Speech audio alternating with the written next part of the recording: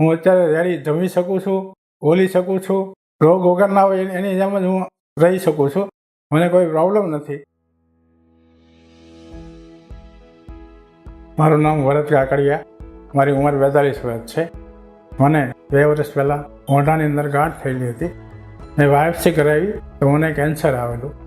પછી મેં કેન્સરના ડૉક્ટરની સલાહ લીધી તો તેણે મને કીમોથેરાપી આપી. મેં 2 કીમોથેરાપી લીધી, મારી ગાંઠ જતી રહી. 6 મહિના પછી પાછી મને ગાંઠ વાર આવી. પછી પાછી મેં એની સલાહ લીધી તો એણે મને પાછો કીમો આવ્યો. 2 કીમો લીધા પણ છતાં પછી મને કોઈ ફેર પડ્યો નહીં. પછી મને દિલીપ સરનો રેફરન્સ મળ્યો, મારા રિલેટિવે આવ્યો એટલે હું એને બતાવ્યું. પછી મેં એના રિપોર્ટ કરાવ્યા તો મારું કેન્સર મોઢાની અંદર જડવામાં પહોંચી ગયું હતું, હાડકાની અંદર પહોંચી ગયું હતું.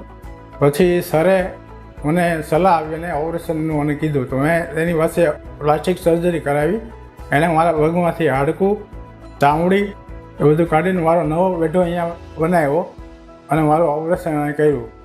એના ઓપરેશન કર્યા પછી મને અત્યારે કોઈ પણ જાતની તકલીફ નથી.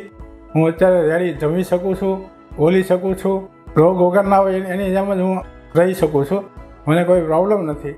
મારી એક લોકોને નમ્ર વિનંતી છે કે મારી જેવું કેન્સર જો કોઈને થયું હોય કે જડવા સુધી આવી ગયું હોય, હાડકામાં આવી ગયું હોય તો તેને કોઈ પણ જાતની ગભરાવાની જરૂર છે નહીં.